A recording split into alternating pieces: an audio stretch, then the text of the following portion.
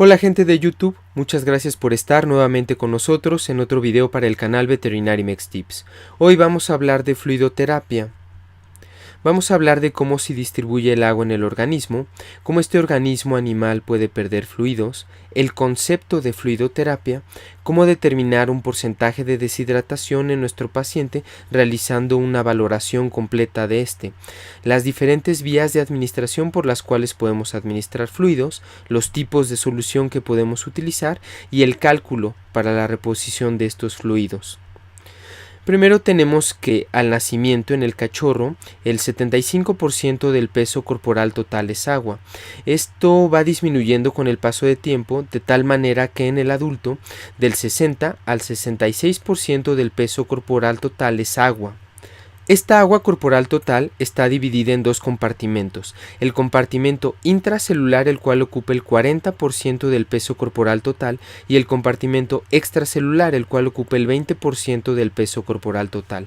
El compartimento extracelular está compuesto por tres compartimentos, el compartimento intersticial, el agua contenida en el plasma o en el espacio intravascular, y el compartimento transcelular, del cual está compuesto por el líquido cefalorraquídeo, el agua contenida en el ojo, en las pleuras, en el peritoneo y en el pericardio.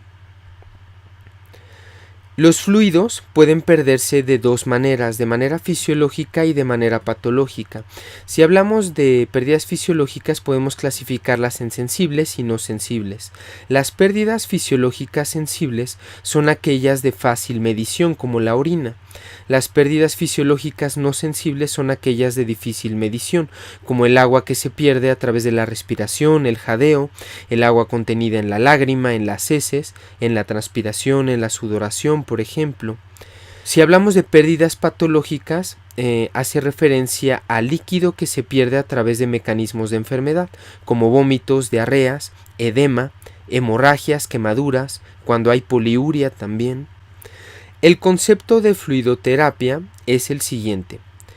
Fluidoterapia es el proceso dirigido a reemplazar la pérdida de líquidos debida a procesos de enfermedad o a restricción en la ingesta, o a mantener una alta tasa de excreción de líquidos para asegurar la eliminación de toxinas o para administrar agentes anestésicos o terapéuticos lentamente durante cierto periodo de tiempo.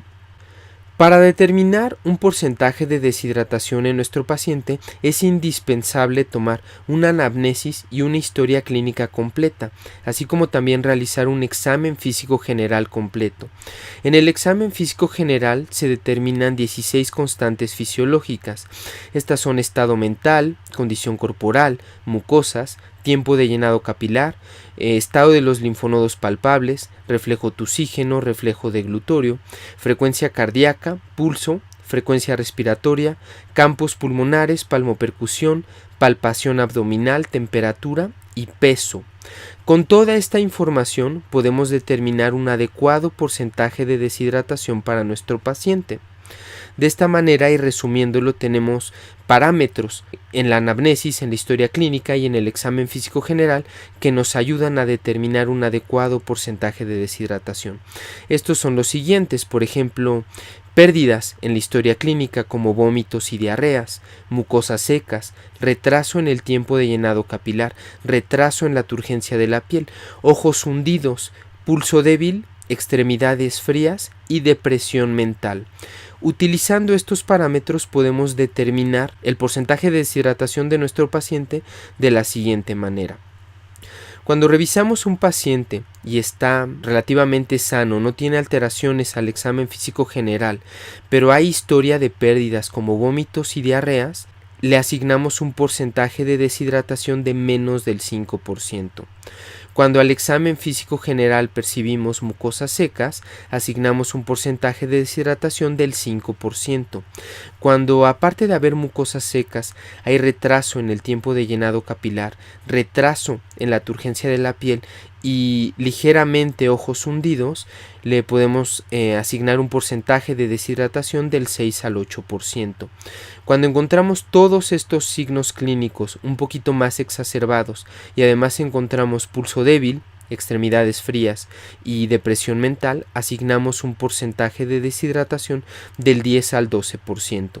Un porcentaje de deshidratación mayor al 12% es incompatible con la vida. Las pruebas rápidas nos ayudan a determinar también la hidratación de nuestro paciente. En un hematocrito podemos encontrar eritrocitosis relativa por hemoconcentración secundaria a deshidratación. Lo mismo pasa cuando medimos proteínas plasmáticas y gravedad específica en la orina o densidad urinaria. También se encuentran elevadas secundarias a deshidratación. La vía de administración de fluidos puede ser por 5 vías: la vía oral, la vía subcutánea, la vía intraósea, vía intraperitoneal y vía intravenosa. La vía de administración oral es la más utilizada y la más recomendada por considerarse fisiológica.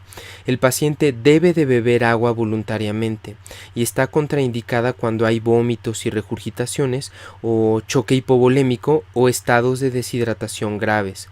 Cuando el paciente no bebe agua de manera voluntaria, podemos ayudarnos con sondas o jeringas para administrarla de manera forzada.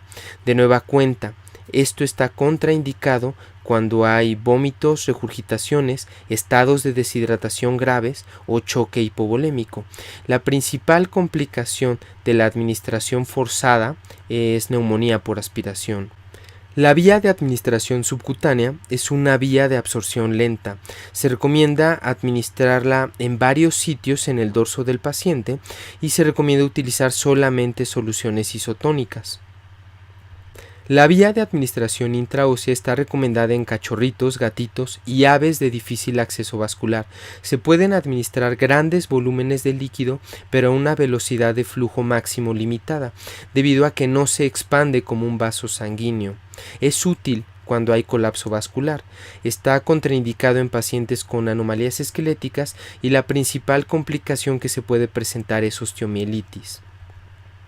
El sitio más recomendado para la administración de fluidos por vía intraósea es la fosa intertrocantérica femoral, aunque también se puede administrar en el trocánter mayor del fémur, en la tuberosidad tibial o en la escápula. La vía intraperitoneal es utilizada muy poco. Se recomienda utilizar solamente soluciones isotónicas y la principal complicación es peritonitis iatrogénica. La vía de administración intravenosa o endovenosa es la más utilizada después de la oral. Esta permite una rápida recuperación de la volemia. Se pueden administrar medicamentos endovenosos que estén indicados para utilizarse por esta vía. Evita la disminución de la tasa de filtración glomerular, ya que mantiene la perfusión renal, y se pueden administrar grandes volúmenes de líquidos. Normalmente se utilizan las venas cefálicas para la administración de fluidoterapia intravenosa, pero se pueden utilizar las venas afenas también en los miembros pélvicos y las yugulares en pacientes muy pequeñitos. De manera general existen dos tipos de soluciones: soluciones cristaloides, que son soluciones de sólidos cristalinos disueltos en agua, y soluciones coloides, que son suspensiones de partículas de gran peso molecular. Ejemplos de soluciones cristaloides están Hartmann o Ringer lactato, solución cloruro de sodio al 0.9%, solución 1:1, solución glucosada al 5%.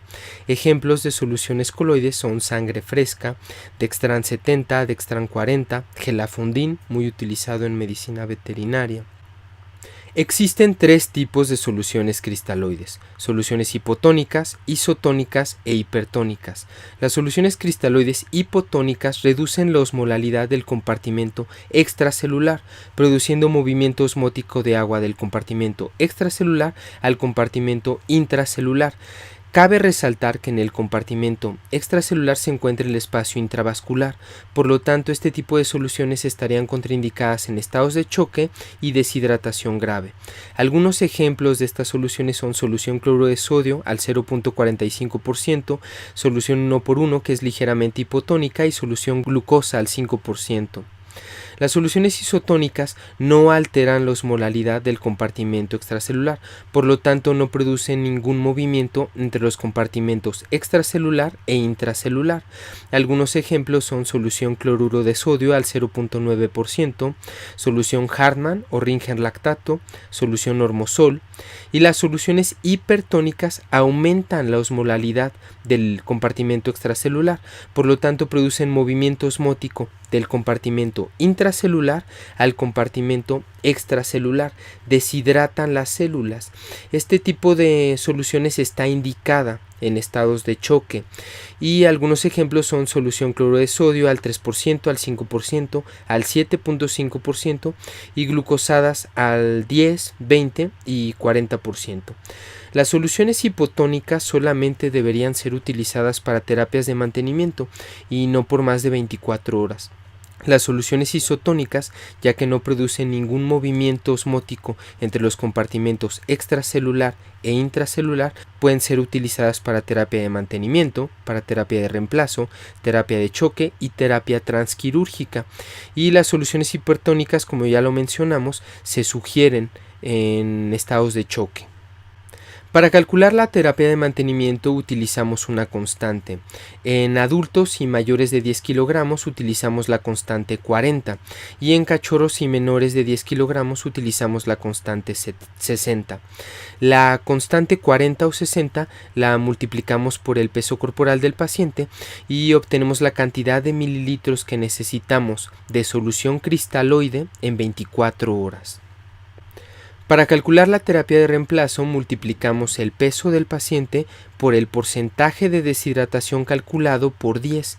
De esta manera obtenemos los mililitros en 24 horas que necesitamos para reemplazar los líquidos que ha perdido nuestro paciente.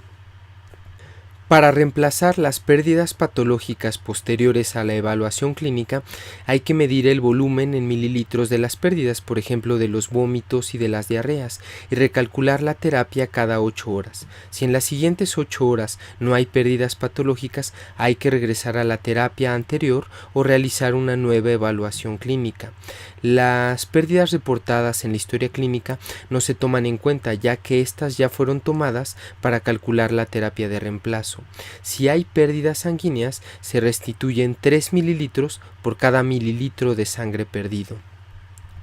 La terapia transquirúrgica se utiliza para reponer la pérdida de fluidos durante la cirugía, la cual va más allá de las pérdidas sanguíneas, para mantener un perfil hemodinámico estable, y hay que tomar en cuenta también que algunos anestésicos inducen vasodilatación, lo cual podría conllevar a un estado de hipotensión.